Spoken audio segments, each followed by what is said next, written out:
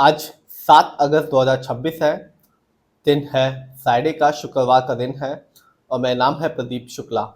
ये वीडियो सिर्फ educational purpose है। ना मैं कोई भी स्टॉक खरीदने की सलाह देता हूँ और ना ही बेचने की। आप जिस भी कंपनी के शेयर को खरीदना, खुद रिसर्च करना, एनालाइज करना, अपने फाइनेंशियल एडवाइजर की राय जरूर लेना, तब जाकर ये अपना जो पैसा है वो किसी भी कंपनी पे निवेश करना। मैं आज बात करने वाला हूँ फ्रेड फार्मास्यूटिकल कंपनी के बारे में, क्योंकि इस कंपनी ने अभी ही अपने Q1 के नंबर को डिस्क्लोज किया है, जिसमें कंपनी ने बताया कि कंपनी का जो शुद्ध मुनाफा है वो 94% बढ़ गया है। साथ ही साथ कंपनी ने जो बताया है कि कंपनी का जो रेवेन्यू है वो भी बढ़ गया है। यदि बात की जाए इस कंपनी के रिटर्न की, तो आपको बता दूं 10 साल में इस कंपनी ने अपने शेयर होल्डर्स को 29,000% का रिटर्न निकाल के दिया है।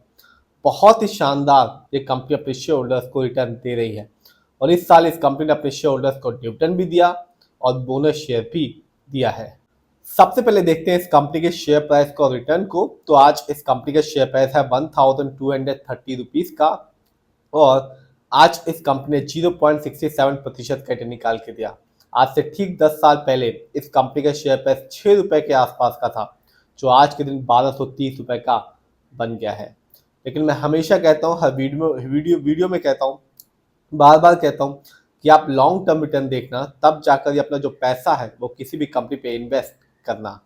यदि बात की जाए 6 महीने की, सिर्फ 6 महीने में इस कंपनी ने अपने निवेशकों के पैसे को दुगना किया। जिससे भी 5 लाख रुपए लगाए होंगे, कंपनी ने 5 लाख को बना दिया 10 लाख रुपए, क्योंकि 6 महीने में इस कंपनी ने 122% का रिटर्न निकाल के दिया। यानी आज से ठीक 6 महीने पहले इस कंपनी का जो शेयर प्राइस था वो मिल रहा था 598 रुपीज 87 पैसे का, जो आज के दिन है 1230 रुपए का। यदि बात की जाए 1 साल की, जब मार्केट डाउन था, जब मार्केट लाल था, इस कंपनी ने अपने शेयर होल्डर्स को यहाँ भी निराश मायूस नहीं किया, क्योंकि 1 साल में इस कंपनी ने 225% का रिटर्न निकाल के दिया है। यानी आज से ठीक 1 साल पहले इस कंपनी का शेयर प्राइस मिल रहा था 125 रुपए का, जो आज के दिन है 1230 रुपए का। तो जिससे भी 1 साल पहले इस कंपनी ने पैसा लगाया होगा, शेयर की एक अच्छी खासी क्वांटिटी ली होगी और 1 साल तक वेट किया होगा, उसे इस कंपनी ने माला माल किया है, क्योंकि 125 रुपए का शेयर प्राइस आज के दिन है 1230 रुपए का और अच्छी कंपनियां ऐसा ही करती हैं। यदि बात की जाए इस कंपनी के 10 साल के रिटर्न की, तो बता दो इस कंपनी ने अपने शेयर होल्डर्स को 10 साल में 29,000% का रिटर्न निकाल के दिया है। यानी कि 2016 में इस कंपनी के शेयर प्राइस मिल रहा था 5.55 रुपए का, जो आज के दिन 2026 में बढ़कर हो चुका है 1230 रुपए का। तो इस कंपनी ने 6 महीने में भी, 1 साल में भी और 5 साल में भी अपने शेयर होल्डर्स को रिटर्न के मामले में बिल्कुल निराश मायूस नहीं किया। 6 महीने में पैसे को दुगना किया, 1 साल में 200% के ऊपर का रिटर्न निकाल के दिया और 10 साल में इस कंपनी ने अपने शेयर होल्डर्स को 29,000% का रिटर्न निकाल के दिया है। तो साफ है, इस कंपनी ने रिटर्न के मामले में अपने शेयर होल्डर्स को मायूस निराश नहीं किया और हर एक निवेशक को ऐसी ही कंपनी को चुनना चाहिए जो लॉन्ग टर्म में एक अच्छा खासा रिटर्न निकाल के दे। यदि बात की जाए इस कंपनी के Q1 के रिजल्ट की, तो अभी ही इस कंपनी ने अपने Q1 के नंबर को डिस्क्लोज किया है, जिसमें कंपनी ने बताया कि कंपनी का जो प्रॉफिट है वो 94% बढ़ गया है। साथ ही साथ कंपनी ने ये भी बताया कि कंपनी का जो रेवेन्यू है वो भी बढ़ गया है। इस तिमाही की बात करूँ तो कंपनी का जो शुद्ध मुनाफा है वो है 13.13 करोड़ का, जबकि इसी समय पिछले साल कंपनी का जो प्रॉफिट था वो था 6.76 करोड़ का। तो कंपनी ने एक अच्छा खासा जंप लगाया है, ना केवल प्रॉफिट के मामले में, साथ ही साथ रेवेन्यू के मामले में भी कंपनी ने एक अच्छा खासा ग्रोथ किया है। देखते हैं इस कंपनी के स्टॉक के परफॉर्मेंस को। तो 1 साल में इस कंपनी का जो हाईएस्ट शेयर प्राइस गया वो गया 1331 रुपीज का, जबकि 1 साल में इस कंपनी का लोएस्ट शेयर प्राइस आया 338 रुपीज 73 पैसे का।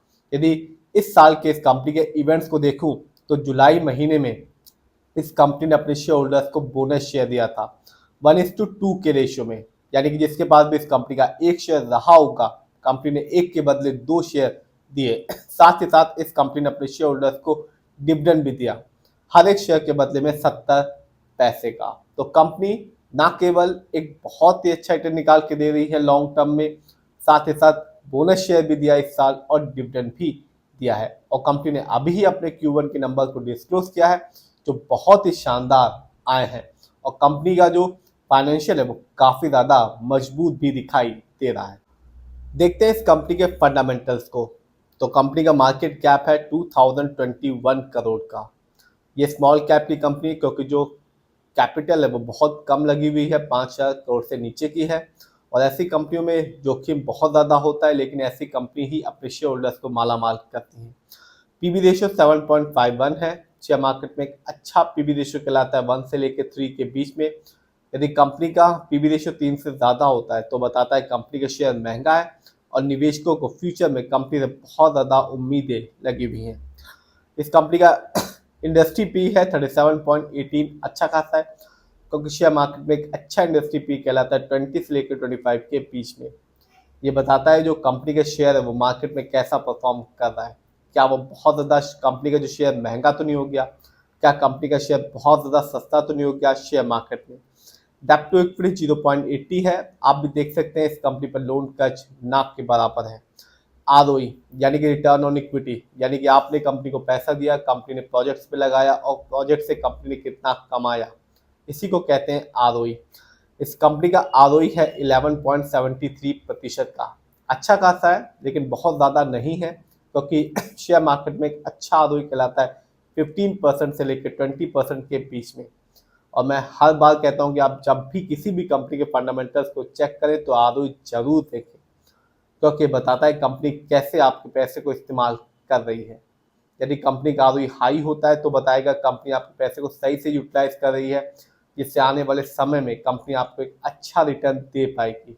यदि कंपनी का ROE कम होता है, नेगेटिव होता है, तो साफ बताएगा कंपनी आपके पैसे को सही से इस्तेमाल नहीं कर पा रही, जिससे रिटर्न पाने की जो पॉसिबिलिटीज होती है लॉन्ग टर्म बहुत ज़्यादा कम हो जाती है।